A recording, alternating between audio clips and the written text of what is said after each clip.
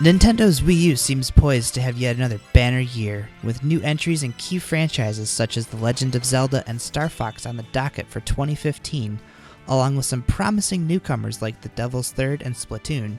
It seems fitting that Nintendo staple Kirby is the star of the first Wii U exclusive of the year. Judging from games like Kirby's Pinball Land and Kirby Tilt and Tumble, it seems like Nintendo loves rolling Kirby into a ball and letting gamers fling him about, and that's exactly what happens in Kirby and the Rainbow Curse. I personally never played the DS game Kirby Canvas Curse, so I didn't really know what to expect from this spiritual successor.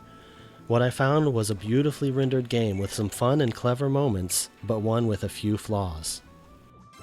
One of the first things anyone will tell you about this game is that it looks amazing. Developer HAL Laboratories has crafted one of their most unique game settings to date, creating a believable clay world with incredible attention to detail. With that being said, players will spend next to no time actually viewing how spectacular the game looks on the big screen, as Kirby and the Rainbow Curse is played exclusively on the Wii U's gamepad. This is one of the more criminal design decisions made in recent memory, in my opinion. It's clear that a lot of effort and tons of creativity were put into making these superb environments, and it seems a shame to watch them go vastly unnoticed due to the type of game that the developers decided to make. Frankie mentioned, the visuals are by far the best part about this game. The hand-molded clay aesthetic on display is impressively well done, so it truly is a shame that you're tied to the gamepad the entire time you play, making it impossible to appreciate the great art style on your TV screen. The music in Rainbow Curse is another positive feature of the game. There are many jazzy tunes that fit the theme of the various levels in which they are found. There were times when I would take a break from playing and just enjoy the soundtrack.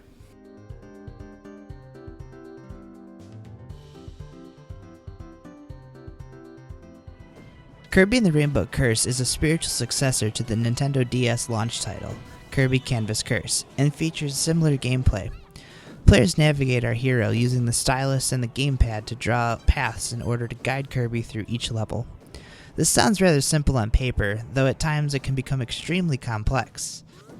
While simply rolling through some of the more straightforward levels does not present much of a challenge, the inclusion of timed sections or various obstacles to weave through as the screen begins to scroll, leaving the potential for players to meet their demise if they can't traverse a level fast enough, adds a degree of difficulty that can, at times, be frustrating.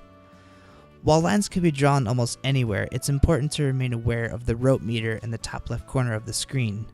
This meter determines how much rope, a limited commodity in Kirby and the Rainbow Curse, players can have on screen at any given time. And figuring out how to get Kirby from point A to point B while utilizing the finite amount of rope available presents much of the game's challenge. Occasionally, I found myself struggling just to get him to catch on to each and follow my path, or even face the right direction, which can be grating.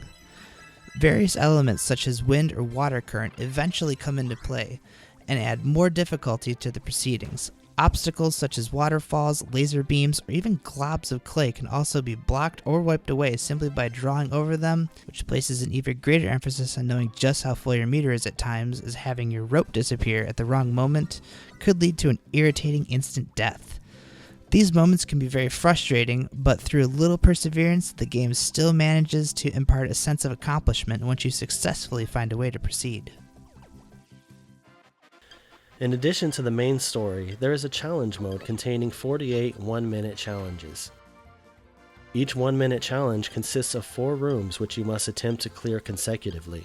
In each of the 4 rooms, you only have 15 seconds to obtain a chest by completing various tasks. In some rooms, you must defeat all of the enemies in the area before you can grab the chest. In other rooms, you might be required to collect several puzzle pieces or activate multiple switches to gain access to the chest before time runs out. These rooms can indeed be challenging and are a good way to supplement the potentially short story mode. The 3 different forms Kirby assumes in certain levels throughout the story, the tank, the submarine, and the rocket, add some variety to the gameplay. I found both the tank and the submarine to be a good change of pace. The rocket, however, was very frustrating. As a rocket, Kirby barrels endlessly forward, and the player is tasked with directing his movement by drawing lines to alter his heading. This becomes an issue in areas where there is little room to navigate, and the Kirby rocket ends up bouncing off walls, often ricocheting in a direction in which you don't want him to go. Frustration found me again in the underwater levels. When Kirby is submerged, he floats, and you have to constantly fight with his natural buoyancy in order to progress through the level. And as Frankie mentioned, the fact that he can be pushed around by underwater currents makes him even more difficult to control. The game also features amiibo support.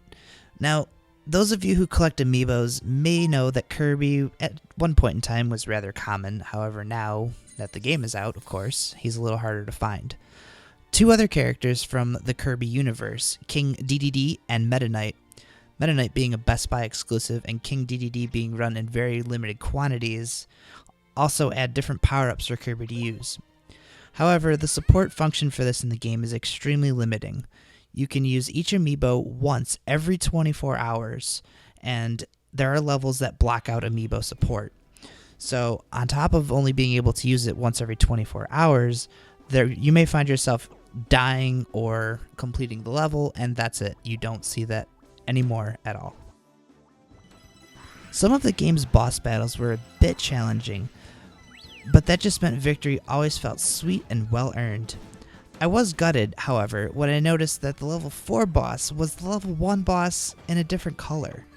Unfortunately, levels 4 through 6 all shamelessly recycle the same bosses that we took down in levels 1 through 3. This came off as a huge bummer to me. I felt each of the first 3 boss characters belonged in the environments they were initially fought in, and seeing them again didn't make much sense to me. Call me crazy, but fighting a giant tree in the sky just doesn't feel right.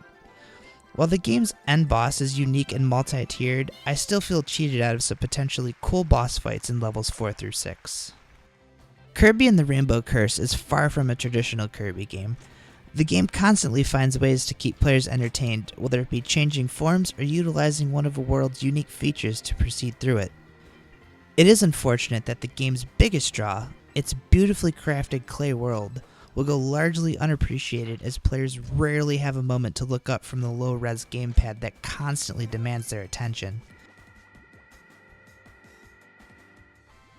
Recycled bosses squander the potential for even more intricate and unique boss encounters in the latter stages, and the difficulty curve may steer many people away.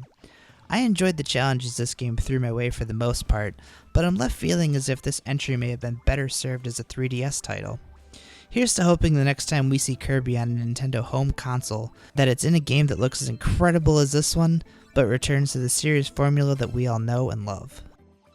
Overall, I enjoyed my time with Kirby and the Rainbow Curse. The game is beautiful and sure to be a hit with Kirby fans, especially those who loved Canvas Curse on the DS.